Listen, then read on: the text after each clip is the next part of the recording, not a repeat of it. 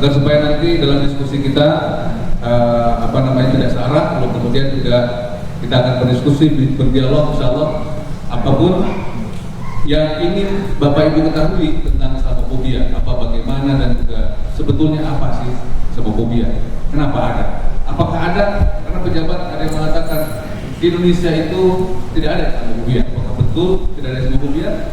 Kan gitu. Bahkan itu adalah pejabat negara Indonesia mengatakan seperti itu. Benar atau tidak? Baik, diawali dengan sebuah pengalaman saya pribadi. Ketika saya diwawancara dalam rangka untuk menduduki satu posisi pada jabatan pemerintahan atau di jabatan negara. Ada salah satu pertanyaan yang sampai dengan hari ini detik ini tersimpan dalam pikiran dan juga hati saya. Ya. Pertanyaan-pertanyaan yang lain justru yang banyak itu tidak saya ingat karena sudah lupa lagi atau susah untuk saya ingat. Tapi pertanyaan itu yang masih saya ingat sampai dengan hari ini. Apa pertanyaannya? Pertanyaan itu adalah, apakah Anda siap untuk menghapuskan perda-perda yang berbau syariat Islam? Apa itu? Wah, itu tuh. Jadi makanya kenapa saya ingat sampai dengan sekarang pertanyaan itu. Waduh, jawabnya kumaha ya. Jawab apa adanya, saya pasti nggak akan lulus. Jelas tidak akan lulus. Kalau saya menjawab sesuai dengan keinginan mereka, lalu pertanyaannya di mana akidah saya? Baik, Allah, negara kita sebagaimana kita ketahui adalah negara berkonstitusi, negara Pancasila. Sila pertamanya ketuhanan yang Maha Esa. Lalu kemudian di dalam pasal 29 Undang-Undang Dasar 1945 sudah jelas dikatakan bahwa negara berdasarkan kepada ketuhanan yang Maha Esa. Negara berdasarkan kepada ketuhanan yang Maha Esa. Bahkan itu lebih eksplisit dikatakan dibanding dengan bahwa negara ini berdasarkan pada demokrasi liberal. Ada tuh tadi. Tapi dalam konstitusi kita, Indonesia berdasarkan ketuhanan yang Maha Esa. Jadi sebetulnya orang-orang yang tidak bertuhan layak tidak, saya ingin bertanya kepada Bapak Ibu sekalian, layakkah orang yang tidak bertuhan, tidak punya identitas yang jelas ketuhanannya, itu untuk tinggal di Indonesia? Seharusnya tidak. Sepakat ya Bapak Ibu ya? Sepakat, alhamdulillah. Mudah-mudahan juga kalau tidak ada yang sepakat nanti ngacung aja nggak apa-apa, nanti diskusi kan. Ada narasumber, bukan saya yang jawabnya nanti. Ada Ustadz Mustafa, ada Ramdhani, nanti guru kita juga insyaallah Yusuf, Ustadz Kiai Haji Akhian Ali MDI juga insyaallah akan berbagi dengan kita insyaallah. Temanya hari ini itu Indonesia damai tanpa Islamofobia. Itu menunjukkan bahwa selama ini kita ini nggak damai gitu, nggak damai dengan adanya Islamofobia ini. Beberapa kurang lebih setahun yang lalu kan, saya juga ikut meneliti tentang Islamofobia ini. Bahkan ternyata data menunjukkan Bapak sekalian, saya simpan dalam sebuah file yang sangat berharga, saya share juga sebagiannya, bahwa Islamofobia ini ternyata itu secara pengertian kan Islamofobia, takut, khawatir terhadap Islam. Apa dan kenapa takut kepada Islam? Apa yang membuat ditakuti Islam itu? Islam itu kan kedamaian, rahmatan lil alamin. Kok jadi ditakuti? Ada apa ini? Ini menjadi persoalan.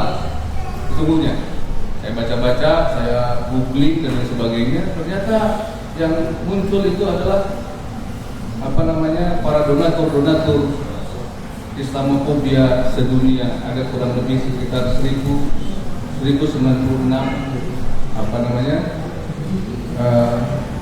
global corporate yang pusatnya katanya ada di Amerika Serikat paling banyak.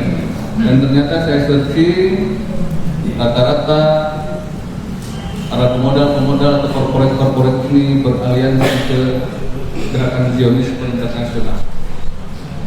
Jadi kalau kita mau mencari sebetulnya kalau kita meneliti sebuah persoalan, apalagi yang menentang Islam itu sebetulnya ada jawaban di Al-Quran, tapi kemudian nanti tafsir-tafsirnya beliau yang akan menyampaikan insyaallah. Baik, Ustadz Mustafa. Nanti kalau saya ngomong terlalu panjang juga gitu ya. Nanti beliau bisa kehabisan, jangan sampai.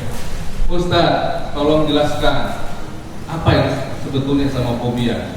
Benarkah ada? Kenapa muncul Islamofobia? Silakan. Bismillahirrahmanirrahim. Assalamualaikum warahmatullahi wabarakatuh. Alhamdulillah, assalatu wassalamu ala rasulillah. Sahabat Suara Hati yang dimuliakan Allah, seorang sahabat bertanya kepada Rasulullah, "Ya Rasulullah, adakah jihad bagi wanita?" Dan Rasulullah pun menjawab, "Ada, yang tidak ada peperangan di dalamnya, itu adalah haji dan umroh." Sahabat, mari kita bergabung menjadi peserta umroh yang akan dilaksanakan oleh Muhandis Wisata pada tanggal 19 November. Tentu saja keberangkatannya dibersamai oleh Dani Gumilar. Ya, ayo segera daftar dan bergabung di dalam umroh Suara Hati. Wassalamualaikum warahmatullahi wabarakatuh.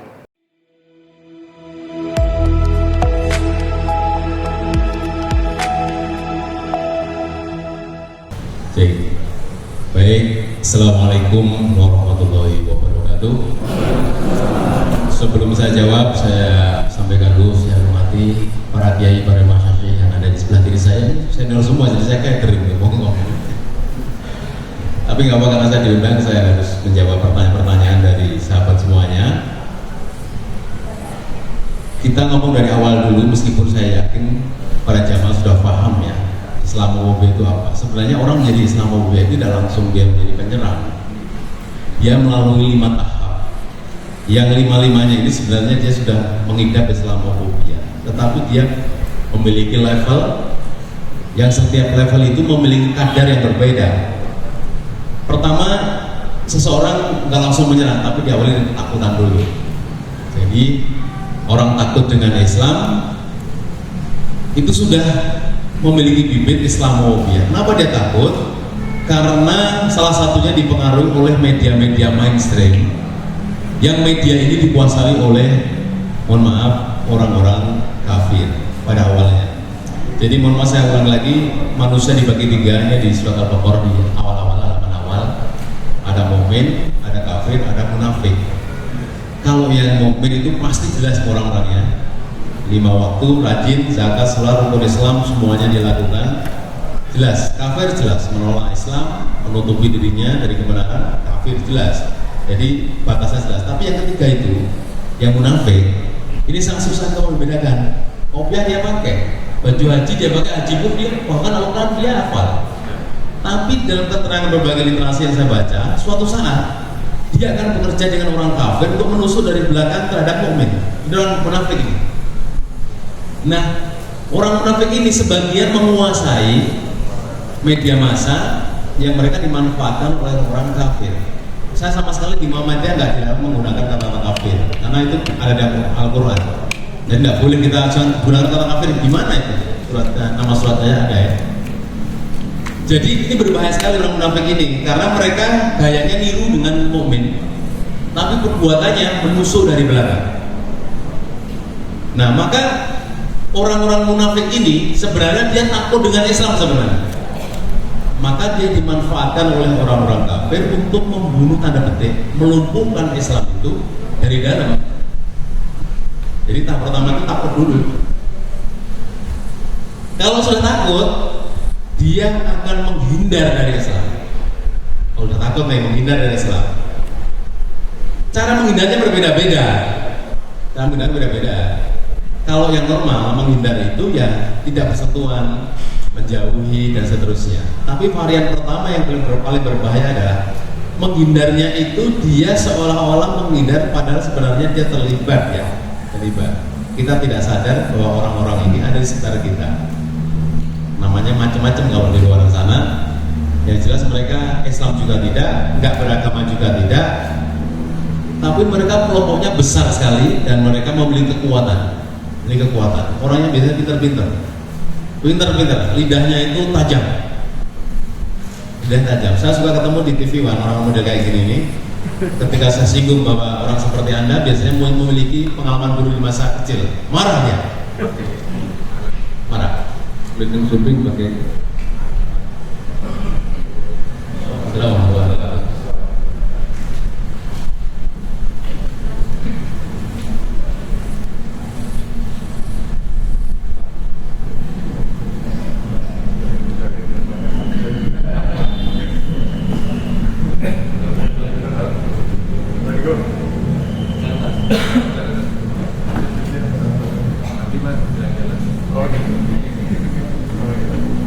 Ini dua generasi yang jauh sekali. Saya ini milenial, beliau ini kolonial, jadi tahu generasi lawas. Tapi nggak apa-apa, dua generasi ini harus bekerja sama. Kalau generasi kolonial kita tinggalkan, mereka akan menjadi korban daripada Islamophobia, menjadi takut juga. Pertama takut, kedua menghindar. Yang aneh yang ketiga dia nggak suka. Ya, jadi kalau sudah tidak suka, dia akan melakukan apapun. Karena namanya tidak suka. Saya nggak suka jagung, maka saya nggak akan melihat jagung, nggak akan makan jagung, nggak akan menyimpan jagung karena nggak suka. Saya nggak akan membeli sesuatu yang saya tidak suka. Itu proses ketiga. Tapi proses keempat ini lebih berbahaya daripada tidak suka. Dia membenci. Ini sudah tahap agak rawan ini. Kalau nggak suka sih masih oke. Tapi begitu membenci, ini ada aksi. Maka dua diksi ini antara membenci dan tidak suka ini harus kita bedakan antara nggak suka dengan membenci. Kadang-kadang orang-orang munafik itu dulu kita, Anda membenci saya, ujaran kebencian. Bukan, itu bukan ujaran kebencian, tapi nggak suka. Berbeda ini. Aku nggak suka Anda, bukan berarti aku membenci Anda. Ini soal bahasa nih, soal semantik. Jangan disamakan. Saya nggak suka kelompok itu karena kelompok itu memusuhi umat Islam. Tapi saya nggak benci, saya sayang pada dia. Kalau bisa kita doakan supaya dapat hidayah, nggak usah dibenci. Nggak suka aja. Tapi kelompok Islamophobia ini tadi sudah takut, menghindar, kemudian tidak suka, ditambah lagi membenci. Kalau udah membenci, maka dia akan melakukan apapun. Termasuk yang terakhir, yang tahap terakhir Islamophobia adalah menyerang. Kalau sudah menyerang, harus dilawan. Maka PBB itu kenapa tanggal 15? Dulu Pak Jajan itu sudah menerangkan ini. 15 Maret itu berangkat dari kejadian di New Zealand. Harus mundur sedikit ya. Amerika menciptakan monster-monster terorisme di seluruh dunia, termasuk mengundangkan palsu untuk berjihad di Syria, sehingga seluruh pejihad sedunia berkumpul di Syria karena katanya sudah akhir zaman. ISIS namanya, dan itu diakui oleh Hillary Clinton bahwa itu bikinan Amerika. Lalu kelompok monster ini berkembang di seluruh dunia, ada yang pulang ke Indonesia, pulang ke mana-mana. Akhirnya PBB takut sendiri, hampir 200 negara berkumpul di PBB karena kejadian di New Zealand. 51 jamaah Muslim diberondong peluru oleh Brandon Taran sehingga meninggal dunia dalam 2 masjid. Ini kemudian hampir 200 negara menginginkan ada pertemuan khusus untuk membahas kejahatan terbesar di muka bumi. Maka 15 Maret 2019 kejadian itu, kemudian 2 tahun kemudian, tahun lalu 2021, 2 tahun lalu berarti ya, PBB berkumpul, kemudian didorong oleh sekitar 55 negara Muslim harus ada aksi untuk melawan yang disebut Islamophobia, karena mereka sudah melakukan aksi menyerang, maka istilahnya combat, memerangi. Kita perangi, kita lawan, nggak bisa dibiarin dong. Mereka udah nyerang kok. Kan konsep Islam begitu kan? Kalau ada musuh menyerang ya kita lawan, tapi kalau nggak menyerang jangan. Maka dulu yang disebut pengidap Islamophobia itu hanya orang kafir, non Muslim. Tapi sekarang orang Islam pun takut dengan Islam, jadi pengidap Islamophobia. Kenapa? Karena dia masuk Muslim tapi Muslim apa? Munafik tadi loh. Bahaya itu. Jadi sekarang berkumpul nih antara orang kafir, orang munafik, mereka menjadi benci dengan Islam. Tidak hanya orang kafir saja, tapi malah orang Islam mendampingi menjadi teman mereka untuk membenci Islam. Ini berbahaya. Kalau tadi jelas Islamophobia berarti ada kan? Islamophobia ada.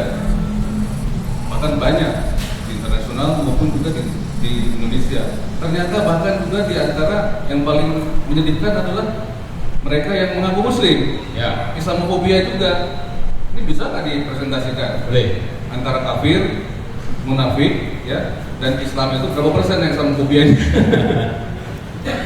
Jadi kalau ada 100% Islamophobia, itu 30% di luar negeri, itu 70% ada di Indonesia. Karena varian daripada Islamophobia itu lebih banyak di Indonesia. Mana ada orang di Amerika membubarkan orang di gereja, orang Kristen membubarkan jamaah gereja, nggak ada. Di itu pun masuk kategori Islamofobia. Islamofobia karena pernah kita banyak Nanti sejarah. hadirin dan hadirin setuju nggak ya? Nanti kita diskusi ya. Ini diskusi. Mani juga. Karena kejadian itu tidak ada di sini, tidak di sono, di sini ada. Jadi variannya lebih besar. Nah, kalau di orang Kristen, orang Hindu, orang Buddha nggak ada ngelola agama sendiri kan? Di sini ada loh. Maka 70% itu ada di Indonesia. Islamofobia itu malahan. Saya kasih contoh. Kalau yang Islamofobia cuma saya, Mas Dani, dengan semua. Jenengan bahasa Jawa. Itu masih kita maklumi. Tapi kalau pejabat, ini saya baca berita nih. Tadi kan ada pertanyaannya. Ada atau tidak di Indonesia kan? Saya baca judul berita tanggal 12 Februari 2020, awal-awal corona. Namanya Pak Julian Wahyudi, Kepala BPIP. Ngomong kan, musuh terbesar Pancasila adalah agama. Mestinya kalau saya jadi Pak Jokowi, jadi pejabat negara, atau Bu Mega sebagai tertinggi BRIN, atau siapa, BPIP, kok BRIN? Sekarang BRIN. Maka harus ditegur dong, Julian harus dipecat. Sudah ngomong dengan terus terang, nggak mungkin kita klarifikasi. Dia ngomong bahwa musuh Pancasila adalah musuh terbesar adalah agama. Tetapi anehnya, justru kepala KSP namanya Pak Muldoko ngomongnya begini nih. Ini berita tanggal 13 Juli hari yang sama.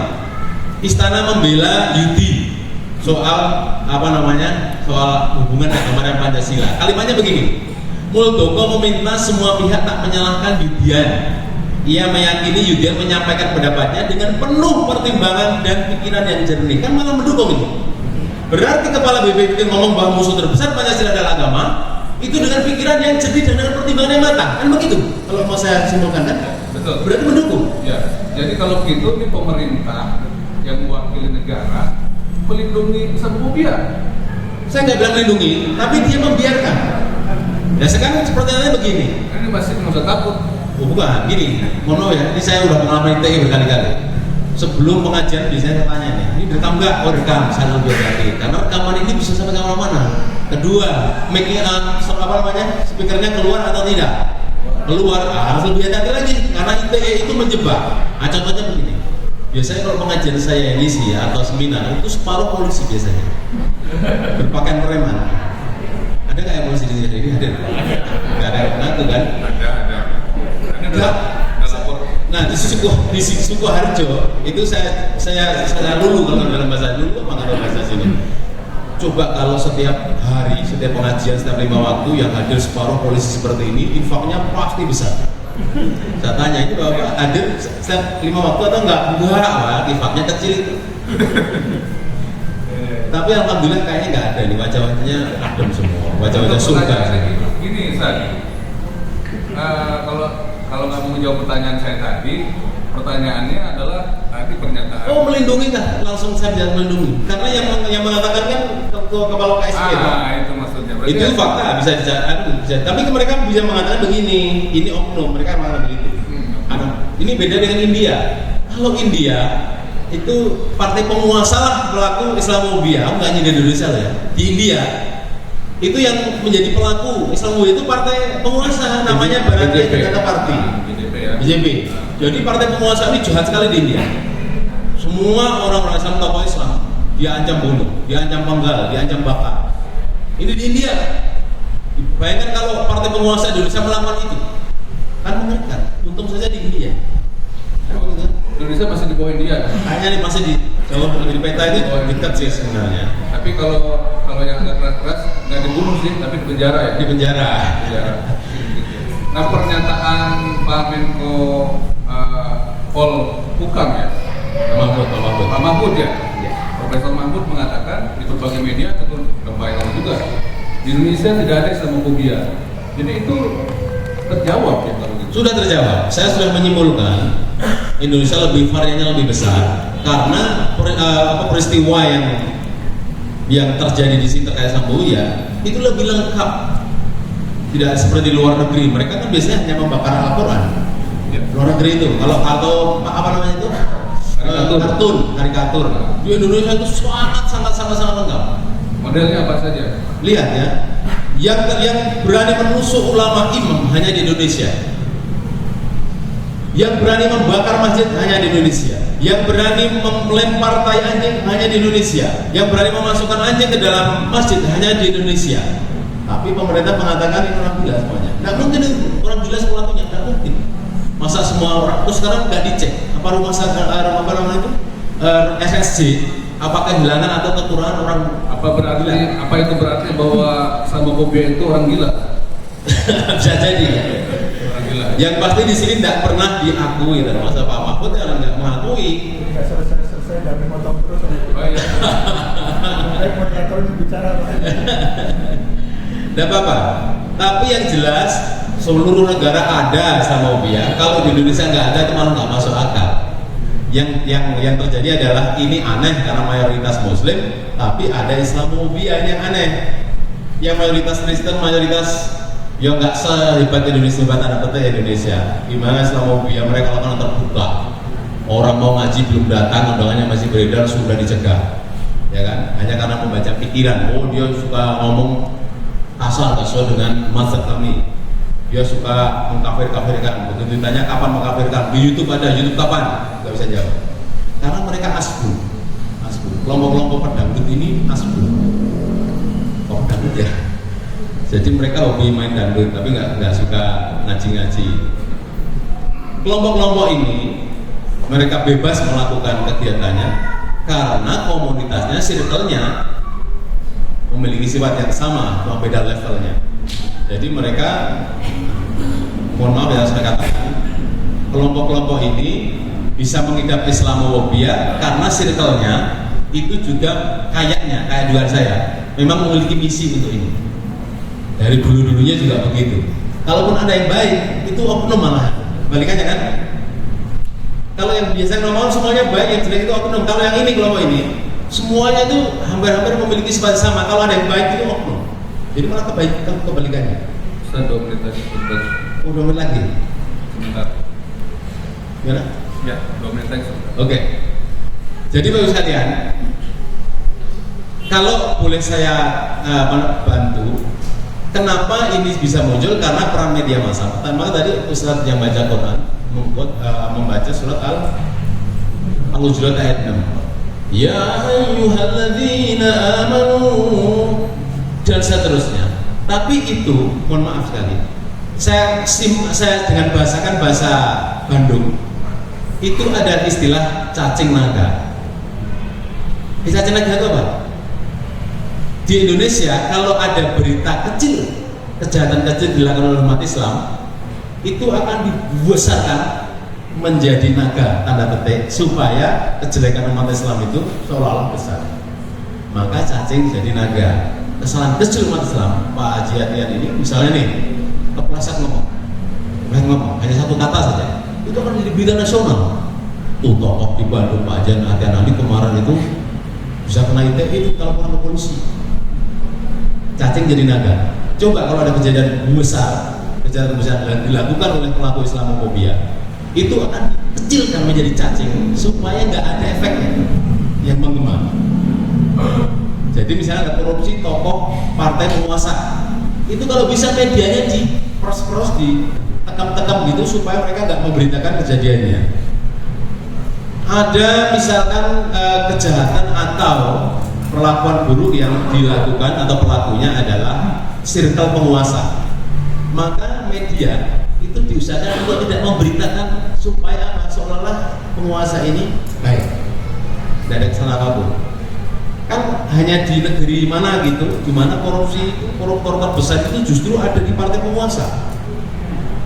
Seharusnya partai penguasa itu memberi contoh. Saya pernah tanya kepada lembaga survei namanya Trust Indonesia, saya tanya ketika dia launching undang saya tanya, kenapa partai terbesar di negara saya ini koruptornya banyak tapi menang terus? Jawabannya apa ya Pak? Alhamdulillah partai itu bisa menutupi dengan karya-karya. Dengan karya-karya dia bilang, jika karya banyak kejahatannya ditutupin. Ini kan mau ngomong begitu kan? Karya-karya yang diberitakan, maka dia berbuat baik sedikit pun dia akan diberitakan, dikemas sedemikian rupa supaya tampak besar. Seperti itu. Jadi ada cacing naga cacing. Itu sistem atau siasat media. Oleh karena itu siapa yang menguasai media, dia menguasai dunia. Itu ada prinsip seperti itu. Adakah di jamaah ini orang Bandung yang menguasai media? Harus ada. Dari kader yang ada datang ini nanti melahirkan cucu yang memiliki media massa besar untuk mengendalikan dunia, mengendalikan Indonesia. Lah kalau nggak ada, apalagi mau merebut. merebut masa merebut pengaruh. Sudah lewat 2 menit. Oh sudah lewat.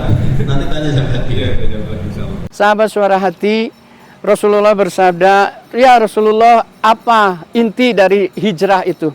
Hijrah adalah meninggalkan keburukan. Nah, dalam kesempatan ini Muhandis Wisata mengadakan tur umroh untuk kita bisa meninggalkan segala keburukan. Karena perlu diketahui dalam sebuah hadis disampaikan oleh Rasulullah SAW bahwa dari umroh ke umroh lainnya menghapus segala dosa di antara keduanya. Dan tidak ada pahala yang lebih baik dari haji mabrur, itu adalah surga. Mari kita sama-sama melakukan perjalanan suci ini bersama Dhani Gumilar yang akan dilaksanakan pada tanggal 19 November 2023 oleh Muhandis Wisata. Sampai ketemu, insya Allah kita dimudahkan oleh Allah melakukan perjalanan suci ini. Amin.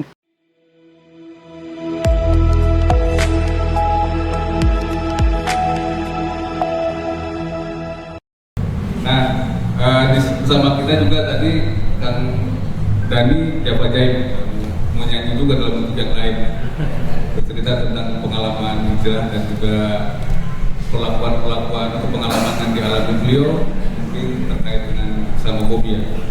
Banyak hal mungkin yang ingin bisa diceritakan, tapi waktunya 10 menit. Bismillahirrahmanirrahim. Assalamualaikum warahmatullahi wabarakatuh. Alhamdulillah, wassalatu wassalamu ala rasulillah. Atur nuhun Kang moderator, dan barusan saya menyimak, izin Kang Ustaz, bagi ini mah favorit kalau di Istiqomah saya menyimak beliau.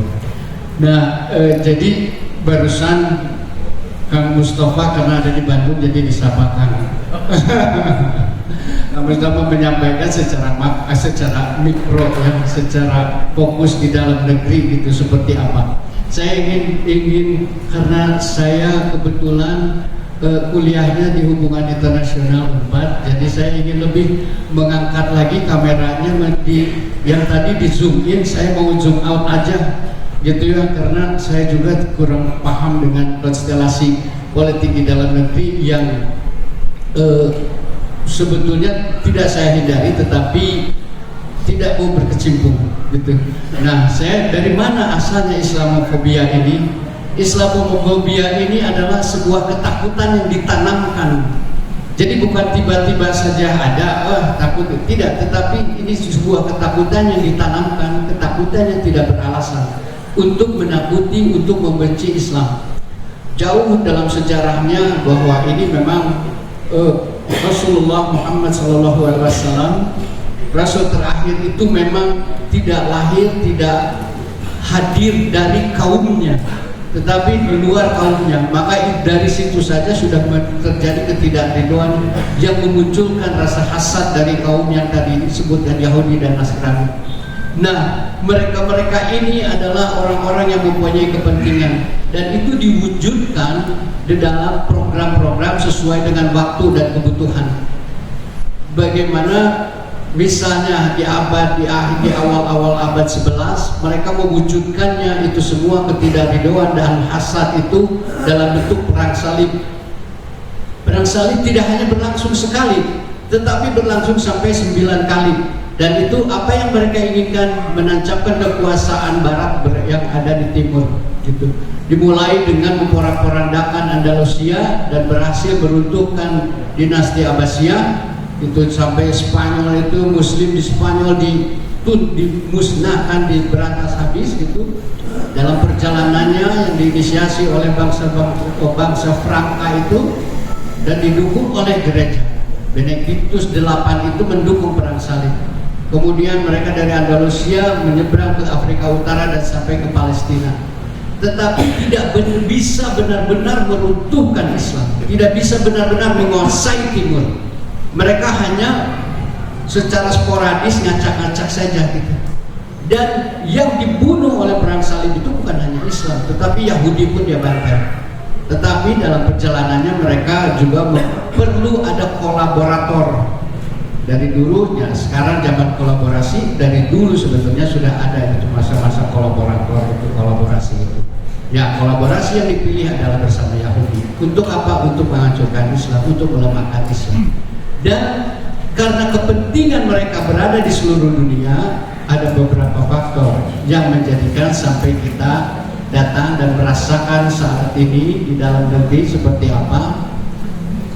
Kalau negara kita ini secara bisa berdaulat, punya dignity, punya kebanggaan, punya nasionalisme tinggi bangsanya ya, bukan pemerintahannya saya merujuk. Kita punya nasionalisme yang tinggi, kita punya kewibawaan yang tinggi gitu. Hal ini tidak akan terjadi. Beberapa faktor yang menyebabkan adanya Islamofobia di dunia. Kita sebagai bagian dari dunia, bahwa satu, ya faktor sejarah tadi, bahwa memang ketakutan ini sejak dulu ditanamkan untuk membenci Islam. Yang kedua, secara populasi Muslim di Eropa meningkat sangat drastis. Kenapa? Karena terjadinya ketidakamanan di negara-negara Muslim di Timur Tengah khususnya, itu sehingga imigran-imigran itu larinya ke Eropa. Dan itu terutama kalau di Prancis lebih banyaknya dari Afghanistan, dari Bangladesh, Pakistan, itu banyak lari ke sana. Bahkan Prancis yang dulu sebagai motor utama bangsa Franka itu sekarang menjadi orang-orang Prancis, bangsa Prancis. Mereka sebagai motor utama secara terang-terangan juga di beberapa institusi pemerintahan mereka kan melarang hijab, ya, melarang untuk umat Islam secara terbuka melaksanakan ritual-ritual keagamaannya. Mereka memang dari dulu sejak beberapa abad yang lalu sampai sekarang memang menghalangi Islam untuk berkembang. Yang ketiga, yang pertama tadi faktor sejarah, yang kedua adalah tadi populasi Muslim yang meningkat di Eropa. Yang ketiga itu konstelasi politik global. Konstelasi politik global Eropa yang menyebar sebagai induk Amerika, itu mereka juga industri senjata mereka itu luar biasa masif. Mendapatkan 60% APBN mereka itu dari senjata, dari jualan senjata, dagang senjata. Bayangkan, kalau misalnya mereka terus memproduksi senjata tetapi nggak ada perang, siapa yang mau pakai? Jadi mereka sengaja mengadakan perang dimanapun, tidak di negaranya. Di negara sendiri hanya penembakan aja di kafe-kafe, ya, pembunuhan di sekolah-sekolah gitu. Itu karena bebasnya senjata mereka. Tetapi di luar mereka tidak mau mengadakan perang di negara sendiri. Karena apa? Konsekuensi perang untuk revitalisasinya lagi itu sangat berat. Mereka mengadakan perang-perang di luar. Di mana kancah perang yang paling seksi, yang paling membutuhkan banyak sekali senjata? Kita belajar dari sejarah, lihat dari perang salib. Wah, di sanalah kekayaan yang melimpah, juga penguasaan energi fosil di sana menjadi hal yang seksi. Ya sudah, ada yang perang di sana.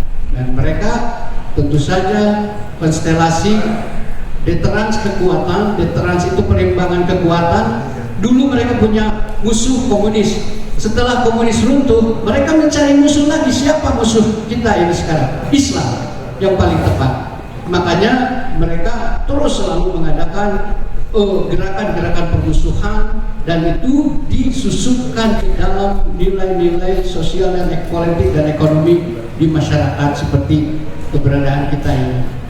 Nah, yang keempat, adanya indikasi kebangkitan umat Islam di seluruh dunia, karena nilai-nilai keislaman sudah mulai menyusup ke segala sektor kehidupan, dari mulai sosial, politik, dan ekonomi. Misalnya kita sekarang sedang menggembor-gemborkan dengan anti riba. Banyak sekali orang-orang yang sudah mengalami bagaimana sulitnya riba, bagaimana menyengsarakannya riba. Siapa yang paling menentang riba? Islam. Dan itu dianggap sebagai kekuatan yang merugikan, karena riba itu sangat menguntungkan untuk mereka. Orang-orang yang di luar Islam itu sangat menguntungkan. Nah, itu ada indikasi kebangkitan Islam itu, makanya terus dihembus-hembuskan Islamofobia. Yang kelima adalah kelemahan kita. Kalau tidak bisa disebutkan sebagai kegagalan, belum gagal. kelemahan kita mendakwahkan Islam sebagai rahmatan lil alamin. Kita sebagai umatan wasatan, umat terpilih, umat terbaik, umat yang seimbang kehidupannya, kita masih lemah dakwahnya. Karena kita masih amat sangat terbatas dakwahnya, hanya ada di masjid-masjid, tetapi tidak di perilaku, di tatanan pergaulan, itu tidak kita anggap sebagai dakwah. Di panggung, kalau saya di panggung kita tidak dianggap sebagai dakwah gitu. Tetapi ya misalnya di pemerintahan, dakwah di pemerintahan seperti apa ya, dengan berkata jujur, dengan tidak mendatangani konsekuensi kosong, itu sebagai dakwah sebetulnya.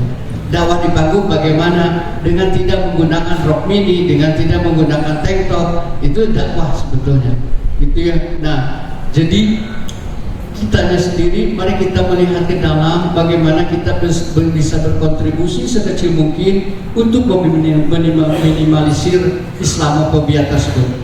Indonesia negara yang kaya raya, semuanya tetapi sudah dikonsesi. Di lautnya dikonsesi sama orang luar negeri semuanya, di hutannya begitu, di emasnya begitu, di nikelnya begitu. Sekarang Indonesia seharusnya menjadi negara paling kaya di dunia dengan adanya tren mobil listrik, sepeda listrik, segala listrik. Itu tuh kandungan dari baterai itu tuh adalah nikel. Dan nikel di Indonesia itu 60% dari suplai dunia. Bayangkan, siapa yang harusnya kaya? Kita, rakyat Indonesia seharusnya. Tetapi apa yang terjadi nggak tahu. Sama Mas Elon, ya Elon Musk, sama Mas Elon bertemu dengan para pejabat kita, mungkin ada poci-poci apa segala macam, nggak tahu pengaturannya seperti apa. Apakah kekayaan itu untuk seperti yang diamanatkan undang-undang untuk keberkahan kemaslahatan rakyat Indonesia gitu, yang dikuasai oleh negara. Tetapi apakah itu terjadi? Ternyata tidak. Kekayaan ini bagaimana cara merebutnya? Oh, populasi apa yang paling besar di sini?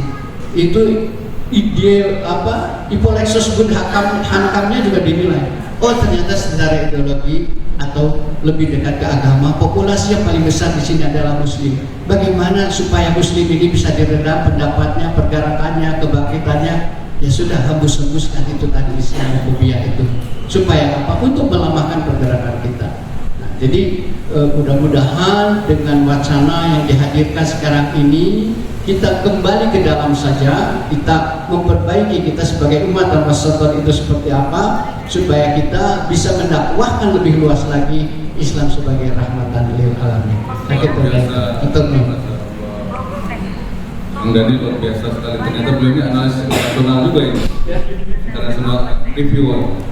Bang Dani, pengalaman selama di artis sampai dengan sekarang ya, dakwah panggung tadi ya. Iya. Alhamdulillah.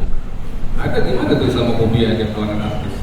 Di kalangan artis ya Islamofobianya masih dalam taraf-taraf apa beginner gitu ya. Beginner itu dalam arti kalau misalnya kita lagi latihan sholat gitu ya, lagi mau manggung, kita lebih bisa nggak digeser sedikit 7 menit, saya misalnya isya dulu, boleh nggak? Saya maghrib dulu, boleh nggak? Malah minta izin gitu. Tetapi itu karena Ibu pakai sebagai apa ya, tata krama saja gitu ya Ustaz. Boleh nggak? Oh iya boleh kan. Mereka pun maksudnya kalau misalnya bilang tidak boleh, masa nggak boleh gua sholat gitu. Takutnya jawabannya seperti itu kalau banyak. Makanya, oh boleh kan? 5 menit ya? Iya 5 menit. Sudah, sholat dulu atau lagi latihannya. Jadi tetapi ada keraguan di situ. Tapi saya melihatnya sebagai, aduh kita kan sudah punya rundown, KDI atau sholat mah gitu ya, asal nanti itu sholatnya gitu-gitu deh gitu ya, kan biasa dijamak, kan sudah banyak justifikasi yang ini. Tetapi apakah itu disebut sebagai Islamofobia? Saya juga kurang paham gitu ya. Tetapi itu saya melihatnya sebagai, aduh ini kan entertainment, please deh gitu ya. Ada orang yang harus dihibur gitu kan. Jadi jangan mengecewakan orang gitu ya. Ya baik, kalau bisa